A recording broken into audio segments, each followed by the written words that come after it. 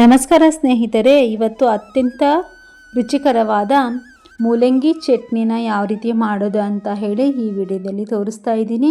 ಇದು ಬಿಸಿ ಬಿಸಿ ಅನ್ನಕ್ಕೆ, ಚಪಾತಿಗೆ, ರೊಟ್ಟಿಗೆ ತುಂಬ ಚೆನ್ನಾಗಿರುತ್ತೆ. ಒಳ್ಳೆ ಕಾಂಬಿನೇಷನ್ ಆಗುತ್ತೆ.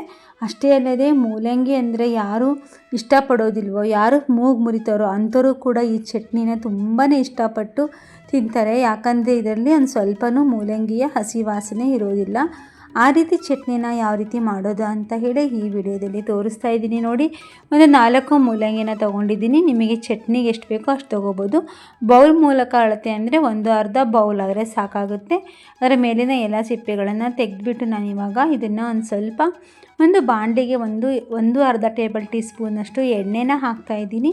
ಎಣ್ಣೆ ಹಾಕಿದ ಮೇಲೆ ಇದು ಸ್ಲೈಸಸ್ ಆಗಿ ಕಟ್ ಮಾಡಿದಂತಹ ಮೂಲಂಗಿನ ಹಾಕ್ತಾಯಿದ್ದೀನಿ. ಬೇಕಿದ್ರೆ ನೀವು ತುರಿದು ಕೂಡ ಹಾಕ್ಕೋಬೋದು, ಇಲ್ಲಾದರೆ ಸಣ್ಣದಾಗಿ ಹೆಚ್ಚಿ ಕೂಡ ನೀವು ಇದನ್ನು ಫ್ರೈ ಮಾಡ್ಕೋಬೋದು. ನಾನು ಚೆನ್ನಾಗಿ ಕಾಣುತ್ತೆ ಅಂತಲೇ ಸ್ಲೈಸಸ್ ಆಗಿ ತೊಗೊಂಡಿದ್ದೀನಿ. ನೀವು ಬೇಕಾದ್ರೆ ತುರಿದ್ಬಿಟ್ಟು ಕೂಡ ಇದನ್ನು ಹುರಿದು ತಗೊಳ್ಳಿ. ಒಂದು ಸ್ವಲ್ಪ ಎಣ್ಣೆ ಹಾಕಿಬಿಟ್ಟು ಇದನ್ನು ನೀಟಾಗಿ ಬಾಡಿಸ್ಕೊಳ್ಳಿ. ನೋಡಿ, ನಮಗೆ ಈ ಮೂಲಂಗಿ ಸೇವನೆಯಿಂದ ಜೀರ್ಣಕ್ರಿಯೆಗೆ ಸಹಾಯ ಆಗುತ್ತೆ. ಯಾಕಂದರೆ ಇದರಲ್ಲಿ ನಾರಿನಾಂಶ ಹೆಚ್ಚಾಗಿರುತ್ತೆ. ಹಾಗೆ ರೋಗ ನಿರೋಧಕ ಶಕ್ತಿ ಕೂಡ ಹೆಚ್ಚಿಸುತ್ತೆ. ಯಾಕಂದರೆ ಇದರಲ್ಲಿ ವಿಟಮಿನ್ ಸಿ ಹೇರಳವಾಗಿದೆ. ಹಾಗೆ ಶೀತ ಕೆಮ್ಮಿನಂತಹ ಸಾಮಾನ್ಯ ರೋಗಗಳಿಂದ ಕೂಡ ನಮ್ಮನ್ನು ಇದು ರಕ್ಷಣೆ ಮಾಡುತ್ತೆ. ನೋಡಿ, ಇದು ಲಿವರ್ ಮತ್ತು ಕಿಡ್ನಿಗೂ ಕೂಡ ತುಂಬ ಒಳ್ಳೆಯದು. ಹೇಗಪ್ಪ ಅಂದರೆ ನೈಸರ್ಗಿಕ ಡಿಟಾಕ್ಸಿಫೈಯರ್ ಆಗಿ ಇದು ಕೆಲಸ ಮಾಡುತ್ತೆ. ಅಷ್ಟೇ ಅಲ್ಲದೆ ಕಿಡ್ನಿಯಲ್ಲಿನ ಕಲ್ಮಶ ಹೊರ ಹಾಕಲಿಕ್ಕೆ ಇದು ತುಂಬಾ ಸಹಾಯ ಮಾಡುತ್ತೆ. ತೂಕ ಇಳಿಕೆಗೆ ಇದು ತುಂಬ ಸಹಾಯ ಆಗುತ್ತೆ. ಹೇಗಪ್ಪ ಅನ್ನೋದಾದರೆ ಇದರಲ್ಲಿ ಕಡಿಮೆ ಕ್ಯಾಲೋರಿ ಇರೋದ್ರಿಂದ, ಹಾಗೆ ನೀರಿನ ಅಂಶ ಹೆಚ್ಚಾಗಿ ಇರೋದ್ರಿಂದ ರಕ್ತದ ಒತ್ತಡ ಕಡಿಮೆ ಮಾಡುತ್ತೆ. ಹೇಗಪ್ಪ ಅಂದರೆ ಇದರಲ್ಲಿ ಪೊಟ್ಯಾಷಿಯಂ ಅಂಶ ಉತ್ತಮವಾಗಿದೆ ಆ ಕಾರಣಕ್ಕೆ. ಹಾಗೆ ಚರ್ಮಕ್ಕೆ ತುಂಬ ಒಳ್ಳೆಯದು. ಹೇಗಪ್ಪ ಅಂದರೆ ವಿಟಮಿನ್ ಸಿ ಹೇರಳವಾಗಿದೆ, ಆ್ಯಂಟಿ ಆಕ್ಸಿಡೆಂಟ್ಗಳು ಇರೋದರಿಂದ. ಇಷ್ಟೆಲ್ಲ ಆರೋಗ್ಯದ ಲಾಭಗಳಿರುವ ಮೂಲಂಗಿ ಚಟ್ನಿ ಸೇವನೆಯಿಂದ ನಾವು ಇನ್ನೂ ಹೆಚ್ಚು ಆರೋಗ್ಯನ ಕಾಪಾಡ್ಕೋಬೋದು. ಈ ಚಟ್ನಿನ ನೀವು ಫ್ರಿಜ್ಜಲ್ಲಿಟ್ಟರೆ ಆರಾಮಾಗಿ 2 ದಿನ ಸ್ಟೋರ್ ಮಾಡಿ ಕೂಡ ಇದನ್ನು ಸೇವನೆ ಮಾಡ್ಬೋದು. ನೋಡಿ, ನಾನು ಅರ್ಧ ಟೇಬಲ್ ಟೀ ಸ್ಪೂನಷ್ಟು ಕಡಲೆಬೇಳೆ ಹಾಕಿದ್ದೀನಿ, 1 ಟೇಬಲ್ ಟೀ ಸ್ಪೂನಷ್ಟು ಉದ್ದಿನಬೇಳೆ ಹಾಕಿದ್ದೀನಿ, ಹಾಗೆ 1 ಟೇಬಲ್ ಟೀ ಸ್ಪೂನಷ್ಟು ಜೀರಿಗೆ ಹಾಕ್ತಾಯಿದ್ದೀನಿ. ಇದನ್ನೆಲ್ಲ ಹೀಗೆ ನೀವು ಡ್ರೈ ರೋಸ್ಟ್ ಮಾಡ್ಕೊಳ್ಳಿ. ಇಲ್ಲಾದರೆ ನೀವು ಬೇಕಿದ್ರೆ ಅರ್ಧ ಟೇಬಲ್ ಟೀ ಸ್ಪೂನಷ್ಟು ಎಣ್ಣೆ ಕೂಡ ಹಾಕಿಬಿಟ್ಟು ಇದನ್ನು ಎಣ್ಣೆಯಲ್ಲಿ ಹುರಿಯೋದ್ರಿಂದ ಇದು ತುಂಬ ರುಚಿಯಾಗುತ್ತೆ. ಆರೋಗ್ಯಕ್ಕೆ ಒಳ್ಳೆಯದಲ್ಲ ಅಂತ ಹೇಳಿದ ಎಣ್ಣೆನ ಸ್ವಲ್ಪ ಕಡಿಮೆನೇ ಬಳಸ್ತಾ ಇದ್ದೀನಿ. ಹಾಗೆ ನೋಡಿ, 1 ಕಡ್ಡಿ ಕರಿಬೇವಿನ ಹಾಕ್ತಾಯಿದ್ದೀನಿ. ಇಷ್ಟೆಲ್ಲ ಹುರಿದಾದ ಮೇಲೆ ಇದನ್ನು ನೀಟಾಗಿ ಒಂದು ಸ್ವಲ್ಪ ಬಣ್ಣ ಬದಲಾಗೋವರೆಗೂ, ಘಮ ಬರೋವರೆಗೂ ನೀಟಾಗಿ ಹುರಿದು ತಗೊಳ್ಳಿ. ಆಮೇಲೆ ಬ್ಯಾಡಗಿ ಮೆಣಸಿನ್ಕಾಯಿ, ನಿಮ್ಮಲ್ಲಿ ಯಾವ ಮೆಣಸಿನ್ಕಾಯಿ ಅವೈಲೇಬಲ್ ಇದೆಯೋ ಒಣ ಮೆಣಸಿನ್ಕಾಯಿನ ಈ ರೀತಿ ಡ್ರೈ ರೋಸ್ಟ್ ಮಾಡ್ಕೊಳ್ಳಿ. ಖಾರಕ್ಕೆ ತಕ್ಕಂಗೆ ನೀವು ಅಚ್ಚು ಖಾರದ ಪುಡಿ ಅಥವಾ ಹಸಿ ಮೆಣಸಿನ್ಕಾಯಿನೂ ಕೂಡ ನೀವು ಹಾಕ್ಕೋಬೋದು. ಬೇಕಿದ್ದರೆ ಒಂದು ಸ್ವಲ್ಪ ಕಾಳು ಮೆಣಸಿನ್ಕಾಯಿ ಕೂಡ ಹಾಕ್ಕೊಂಡ್ರೂ ಕೂಡ ಶೀತ ಕೆಮ್ಮು ಜ್ವರ ಇದ್ದರೆ ಕಡಿಮೆ ಆಗುತ್ತೆ ಈ ಚಟ್ನಿ ಸೇವನೆಯಿಂದ.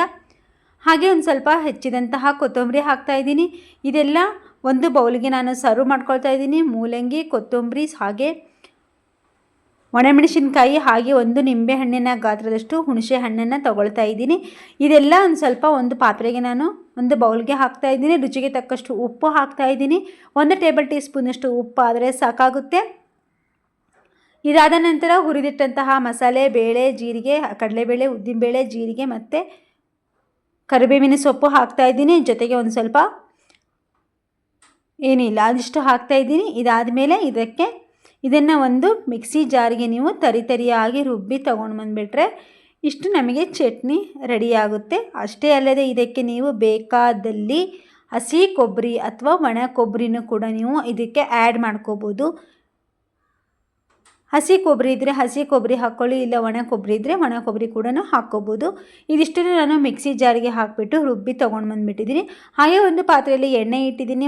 ಅರ್ಧ ಟೇಬಲ್ ಟೀ ಸ್ಪೂನಷ್ಟು ಎಣ್ಣೆ, ಸಾಸಿವೆ ಒಂದು ಸ್ವಲ್ಪನೇ ಹಾಕ್ಕೊಳ್ಳಿ, ಪರವಾಗಿಲ್ಲ. ಸಾಸಿವೆ ಚಟಪಟ ಅಂದಮೇಲೆ ಒಂದು ಸ್ವಲ್ಪ ಇದಕ್ಕೆ ನಾನು ಉದ್ದಿನಬೇಳೆ ಹಾಕ್ತಾಯಿದ್ದೀನಿ. ಹಾಗೆ ಇದಕ್ಕೆ ಒಂದು ಸ್ವಲ್ಪ ಒಣಮೆಣಸಿನ್ಕಾಯಿ ಹಾಕ್ತಾಯಿದ್ದೀನಿ. ಒಂದು ಒಣಮೆಣಸಿನ್ಕಾಯಿ ಹಾಕ್ತಾಯಿದ್ದೀನಿ. ಜೊತೆಗೆ ಒಂದು ಸ್ವಲ್ಪ ಇಂಗು ಕೂಡ ಹಾಕ್ತಾಯಿದ್ದೀನಿ. ಒಣಮೆಣಸಿನ್ಕಾಯಿ ಒಗ್ಗರಣೆ ಕೊಡೋದ್ರಿಂದ ನಮಗೆ ಚಟ್ನಿ ಇನ್ನೂ ತುಂಬಾ ಟೇಸ್ಟಾಗಿ ಬರಲಿಕ್ಕೆ ಸಹಾಯ ಆಗುತ್ತೆ. ನೋಡಿ, ಒಂದು ಸ್ವಲ್ಪ ಇಂಗು ಹಾಕ್ತಾಯಿದ್ದೀನಿ. ಇದು ಒಗ್ಗರಣೆಗೆ ಇಷ್ಟು ಹಾಕಿದರೆ ಸಾಕಾಗುತ್ತೆ. ಇದ್ರೆ ನೀವು ಬೇಕಿದ್ರೆ ಕರಿಬೇವಿನ ಸೊಪ್ಪನ್ನು ಕೂಡ ಆ್ಯಡ್ ಮಾಡ್ಕೋಬೋದು.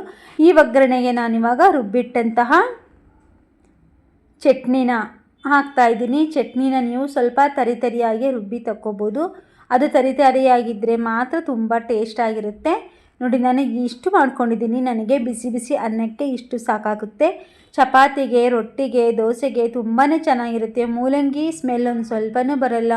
ತಿಂದೇ ಇರೋರು ಕೂಡ ತುಂಬಾ ಇಷ್ಟಪಟ್ಟು ತಿಂತಾರೆ. ನನ್ನ ದೊಡ್ಡ ಮಗ ತಿಂತಿರಲಿಲ್ಲ, ಅವನು ಕೂಡ ಅದನ್ನು ತುಂಬ ಇಷ್ಟಪಟ್ಟು ಈ ಚಟ್ನಿನ ಊಟ ಮಾಡಿದ್ದಾನೆ ಬಿಸಿ ಬಿಸಿ ಅನ್ನಕ್ಕೆ. ಹಾಗೆ ನಾವು ಇದನ್ನು ಮಾರನೇ ದಿನಕ್ಕೆ ನಾವು ಚಪಾತಿಗೂ ಕೂಡ ಇದರ ರುಚಿನ ನೋಡಿದ್ವಿ. ತುಂಬ ಚೆನ್ನಾಗಿತ್ತು. ನೀವು ಒಮ್ಮೆ ಈ ಚಟ್ನಿ ರೆಸಿಪಿನ ಟ್ರೈ ಮಾಡಿ. ಚಟ್ನಿ ಹೇಗಿತ್ತು ಅಂತ ಹೇಳಿ ಕಾಮೆಂಟ್ ಬಾಕ್ಸಲ್ಲಿ ತಿಳಿಸಿ. ನಾನು ಹೇಳಿದಂತಹ ಮೆಜರ್ಮೆಂಟಲ್ಲಿ ಮಾಡಿದರೆ ನಿಮಗೆ ಚಟ್ನಿ ತುಂಬ ಅದ್ಭುತವಾಗಿ ತುಂಬ ರುಚಿಯಾಗಿ ಬರುತ್ತೆ. ಹಾಗೆ ನಿಮಗೆ ಈ ಚಟ್ನಿ ರೆಸಿಪಿ ಇಷ್ಟ ಆದಲ್ಲಿ ವಿಡಿಯೋಗೆ ಒಂದು ಲೈಕ್ ಮಾಡಿ, ನಿಮ್ಮ ಫ್ಯಾಮಿಲಿ ಆ್ಯಂಡ್ ಫ್ರೆಂಡ್ಸ್ಗೆ ಶೇರ್ ಮಾಡಿ. ನಮ್ಮ ಚಾನಲ್ನ ಸಬ್ಸ್ಕ್ರೈಬ್ ಮಾಡಿಬಿಟ್ಟು ಬೆಲ್ ಐಕಾನನ್ನು ಒತ್ತೋದನ್ನು ಮಾತ್ರ ಮರಿಬೇಡಿ. ನೋಡಿ ನಾನಿವಾಗ ತೋರಿಸ್ತಾ ಇದ್ದೀನಿ. ಇದನ್ನು ಬಿಸಿ ಬಿಸಿ ಅನ್ನದ ಜೊತೆಗೆ ಊಟ ಮಾಡ್ತಾ ಇದ್ದಾರೆ. ನಮ್ಮಮ್ಮ, ನಮ್ಮ ಚಿಕ್ಕಮ್ಮ ಎಲ್ಲ ಊಟ ಮಾಡ್ತಾ ಇದ್ದಾರೆ. ತುಂಬ ರುಚಿಯಾಗಿತ್ತು.